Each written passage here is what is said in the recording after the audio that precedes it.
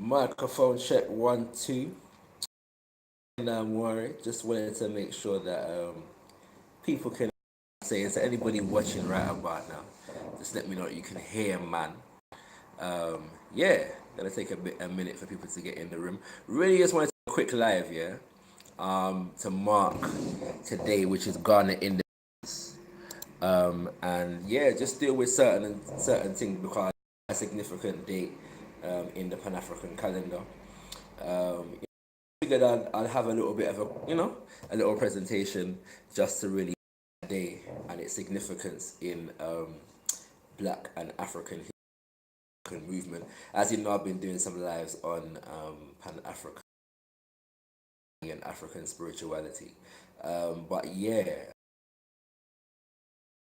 history of Ghana independence, the 67, and I'm here at the our Cable Academy of Excellence. It's lunchtime, so we're taking a break from teaching right to teaching in about 40 minutes time. Yeah, but really, Ghana independence is a significant one. Now, many of us coming from African Caribbean nations kind of question the relevance of independence to us here and what it means, whether it's significant at all or anything like that. And yeah, and we should question the relevance of Independence Days. But Ghana independence was a fact of like worldwide celebration in 1957 because Ghana was considered to be the first black nation on the continent to have been granted or received or fought for and successfully effected independence. Sudan and places like Liberia had effectively had some semblance of independence beforehand, but Sudan was under the control of non-Africans or non-black people at the time, so it wasn't really considered to be all that significant. But one, because Ghana was a unequivocally black nation, and two, because the OSAGYEFO Kwame Nkrumah and the CP, the Convention People's Party, were Pan-Africanists and they had a reach in terms of the liberation of Africa beyond just Ghana. And so it's significant, yeah? You know what I'm saying? Songs were written in the Caribbean celebrating Ghana independence. One of them that come to mind is Lord Kitchener. You know what I'm saying? Ghana is the name, yeah? And it's it was a fact of, like I said, a matter of worldwide celebration. People like Martin Luther King actually traveled, yeah, to Ghana for the Independence Day celebrations. And if you listen to a lot of the speeches of Malcolm X in the last year of his life, he talks about the impact that the independence movement and liberation movement on the continent was having on the black power, what would develop into the black power movement, what was the black nationalist and civil rights movement that was taking place in America at that time. Yeah. So really, because I was over here just mulling over some of the quotations of OSAGYEFO Kwame Nkrumah. So I figured I'd just share some of their quotes with you to just really, kind of delve into what people then were dealing with at the time, yeah. OSAGYEFO Kwame Nkrumah wrote about 16 books, yeah, and very insightful, you know what I'm saying? And whatever we can critique or whatever we need to update about his program, this great day, let us all remember that nothing in the world can be done unless it's had the support of God. We have won the battle and we again rededicate ourselves. Our independence is meaningless unless it is linked up to the total liberation of Africa. Yeah. Now, obviously, that part there, of independence is meaningless, is like a well-known OSAGYEFO Kwame Nkrumah quote. You know what I'm saying? And I think it's just very important for us to note that, like, at the time, yeah, the movement of the people at the time, they were seeing the independence of Ghana as a step in the road of fulfilling a greater agenda, which was the liberation of the entire African continent. Yeah, ones may or may not be aware that OSAGYEFO Kwame Nkrumah had studied in America and had a long history of organizing with Africans throughout the world, because he was one in attendance at the 5th Pan-African Congress, which actually took place in this country, the UK, in Manchester. And so that was really truly a conference at which the African world was represented. And many say that many of the people that went on to be leaders of independent African nations at that conference, you know what I'm saying? So the point being, yeah, that this weren't just like, Kwame Nkrumah never intended for the independence of Ghana to be an end in and of itself. Yeah, it was about developing the nation of Ghana towards the liberation of the entire African continent, and to that aim, he did certain things. For example, he was aiming to collapse the borders, yeah, of Ghana itself, and he was forming something called the Ghana Mali Union with Modibo Keita in Mali and Sekou Touré in Guinea. And the whole point was that the Africa had to what part of the journey of African liberation, or truly liberating Africa, was to really get rid of the colonial borders that were there at the time. Do you know what I'm saying? And so, yeah, you know what I mean, he did that, and formed that particular union right here. So it's important to know these things, in it, you know what I'm saying, because many of us, we just get caught up in our independence celebrations, and we forget that the actual liberation fight of our ancestors and what they were actually dealing with. And so the celebration gets co-opted into some next thing, in it, you know what I'm saying. I'm going to share a few more quotes of OSAGYEFO Kwame Nkrumah. Before I go on, let me just remind you about my chat coming up later on. Yeah, you know what I mean? Which is, I'm going to be hosting a conversation with a child of the soil, actually, a man by the name of Kwesi, Professor Kwesi, who's a linguist, and we're going to be talking about African languages, yeah, the history and forward development of African languages as it relates to science, as it relates to technology, and these kinds of things, and you know, shedding some light on ideas about African languages, isn't it? Just what I'm saying, we all know the story about Africa has millions of languages and it's divided on the basis of language, and Africa can't unite because of how many languages are present in the blah blah blah blah blah blah blah. So we're gonna be going through all them things there. You know what I'm saying? With a linguist. So Brother Kwesi Prah is an actual linguist. And he studied many African languages. He currently lives in South Africa, and he's doing work there. So we're going to be hearing about some fantastic work from our elder Baba. Yeah. But let me go on to the rest of these quotes from OSAGYEFO Kwame Nkrumah and see what the great OSAGYEFO is saying. Yeah, he says, by far the greatest wrong, yeah, which the departing colonialists inflicted on us, and which we now continue to inflict on ourselves in our present state of disunity, was to leave us divided into economically unviable states, i.e., which bear no possibility of real development. So what he's referring to there is the fact that when the colonizers came, the Berlin Conference, 1884, 1885, most of the borders that we see in Africa were drawn up at that particular conference. There were no Africans present. This was a meeting between Britain, France, Portugal, Germany, Spain, and Italy, and national reconstruction. It is indeed in this address to national reconstruction that positive action faces its gravest dangers. The cajolements, wieldings, and the seductions and the Trojan horses of neocolonialism must be stoutly resisted, for neocolonialism is a latter-day harpy, a monster which entices its victims with sweet music in order to be able to carry out this resistance to neocolonialism at every point. Positive action requires to be armed with an ideology which vitalizing it and operating through a mass party with a regenerative concept of the world and life, forge for it a strong continuing link with our past, and offer to it an assured bond with our future. Under the searchlight of an apology, under the searchlight of an ideology, every fact affecting the life of a people can be assessed and judged, and neocolonialism's detrimental aspirations and sleights of hand will constantly stand.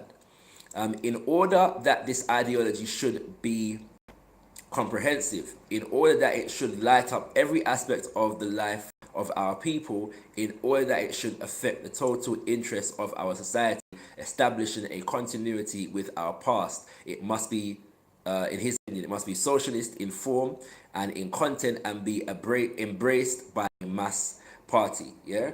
So he's defining there basically the fact that. Well, let me read another quote that really explains what neocolonialism is. Yeah. He says here the essence. By the way, that last quote was taken from a book by the name of Conscientism or Conscientism. Yeah, the philosophy and ideology of decolonization by Kwame Nkrumah. Solving the race problem, you don't know. Blessings, my brother. You know what I'm saying? Greetings and welcome to the live. Look, cool. Random live. I don't normally do these random lives, but you know, it's got independence, and you know what I mean. Yeah, we'll just step on it. You know. So yeah, he says a book by the name of Neocolonialism, the last stage of imperialism. The essence of neocolonialism is that the state, which is subject to it, is in theory independent and has all of the outward trappings of international sovereignty. In reality, its economic system and thus its political policy is directed from outside. Yeah, and so again, putting those two quotes together, first defining neocolonialism, what he's saying is that there is another stage of this colonial phase, yeah, that we have to really look at, and that is the idea that the colonial master leaves the country, so he's no longer got a governor general. It's no longer in whiteface. They leave the country, but what they do is they set up international financial and economic institutions. Yeah, they try to retain control over natural resources. And because of the relationship between economics and politics, if you are able to control a people's economic systems and productivity, you are able to control their politics by implication that when Ghana got its independence in 1957, European nations now were in a bit of a quandary, because one of the ways that they were developing, they were continuing to develop themselves, was based upon their stronghold, holding on to their colonial possessions and the resources that they were exploiting from the African continent and the Caribbean. But this independence movement was beginning to disrupt. Yeah. The stream gone down? Let me know if you can hear me. Get the message saying that the stream gone down. I love so do you, says the stream gone down. Let me know if you lot can hear me still. Yeah. What am I saying? Yeah. Do let me know if you can hear me in it. Make sure I can be heard out here. You know what I mean?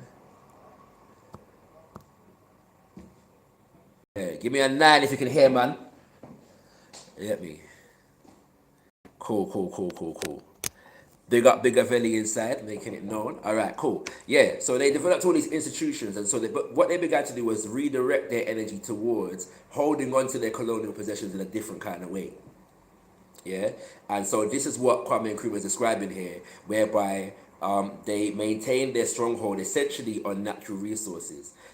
They define world economy, and they're able to regulate world economy by these transnational institutions called the International Monetary Fund and the World Bank in particular, and the World Organization. Yeah, these are the three main ones in terms of finance and economics that control world politics and economics at the moment. And so because of that, and exploiting the fact that they had severely underdeveloped Africa in the first place, yeah, they're able to develop on that exploitation by instituting the process and the system of neocolonization. But essential to doing that was getting rid of revolutionary leaders like Kwame Nkrumah. They could not succeed in forwarding that program unless they got rid of people like Kwame Nkrumah, and they were able to do so in 1966, as far as Ghana is concerned, by the CIA-backed coup. Yeah, another day we'll go into that. You know what I'm saying? But yeah, what we're saying in the second quote then is that in order to combat this, we need to have an analysis of the world, analysis of politics, economics, culture, and them kind of things. All of these things come under the banner of what is called an ideology. An ideology gives you basic principles through which to develop a society, and that ideology must be in direct opposition to the ideology of the former colonizer. Yeah, and because of the fact that the colonial ideology has so many trappings and so many aspects of it that are left with us because we've been educated by the colonial education system. We've been relating to the colonial economy. We have, in effect, inherited colonial political system. We've inherited colonial borders that were done by colonizers for the benefit of colonizers. We have to have an ideology that enables us to unlearn these things, yeah? Basic principles and values that are directed at us unlearning these things and reconstituting ourselves according to certain kinds of principles. So that's what he's saying in these quotes, yeah? Just a couple more, and I'm going to look off the stream. Again, do remember, I'm live at 8 p.m. tonight. 8 p.m. tonight, whereby I'm speaking to Professor Kwesi Prah, a linguist, about language and the future of Africa. Language and the future of Africa. The result of neocolonialism is that foreign capital is used for the exploitation rather than the development of the less developed parts of the world. Investment on neocolonialism increases rather than decreases the gap between rich and poor. Is that not correct? Is that not correct? Yeah. The struggle against neocolonialism is not aimed at excluding the capital of the developed world from operating in less developed countries. It is aimed at preventing the financial power of the developed countries being used in such a way as to impoverish the less developed. There is nowhere in Africa that is poor. Poverty is not a reality in Africa. Impoverishment is a reality. In other words, there are people that have deliberately manipulated and orchestrated situations to impoverish people. Poverty is not a natural, occurrence. Yeah, and it's not an accident of history. When we say Africa is poor or in a state of poverty, we act like it's just like God. No, Africa is impoverished, meaning that there are people that are directly robbing Africa of its resources and them kind of things. Okay, and so that's what he's explaining here. All right.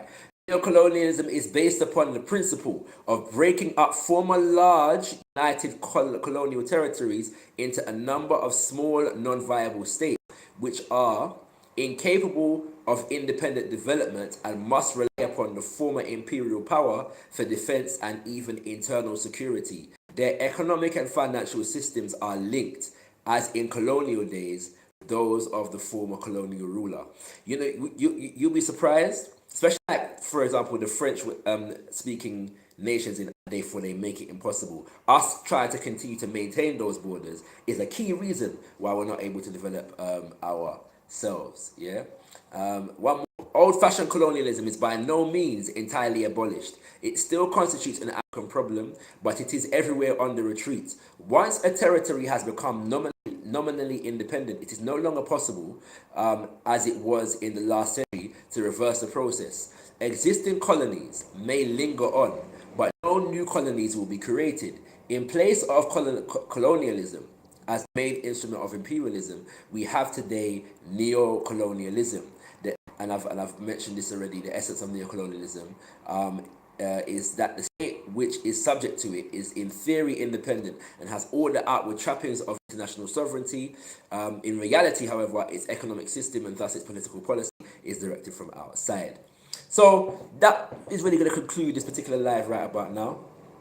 Yeah, but I just wanted to put the words of Kwame Nkrumah out there so that the independence of Ghana is put in its proper context. As he says, as I began with, the independence of Ghana is meaningless unless it is linked up with the total liberation of the African continent. And so we've still got some problems to solve right about now, yeah. But we're being taught nowadays that the ideology that was brought to us by people like OSAGYEFO Kwame Nkrumah, by people like Amawale Malcolm X, by people like Toure and Modibo Keita, Samora and Josina Machel, like people like Patrice Lumumba and Amilcar Cabral, is outdated, is no longer relevant.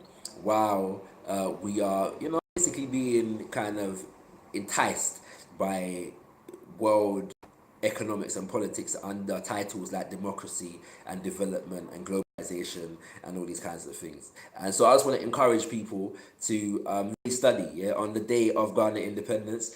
study the legacy of Kwame Nkrumah, study the problems that he was trying to solve, study the fact that when he was overthrown in a CIA-sponsored and backed coup in 1966, he moved to Guinea and joined the government of Sekou, yeah, and called for the establishment of an all-African People's Revolutionary Party.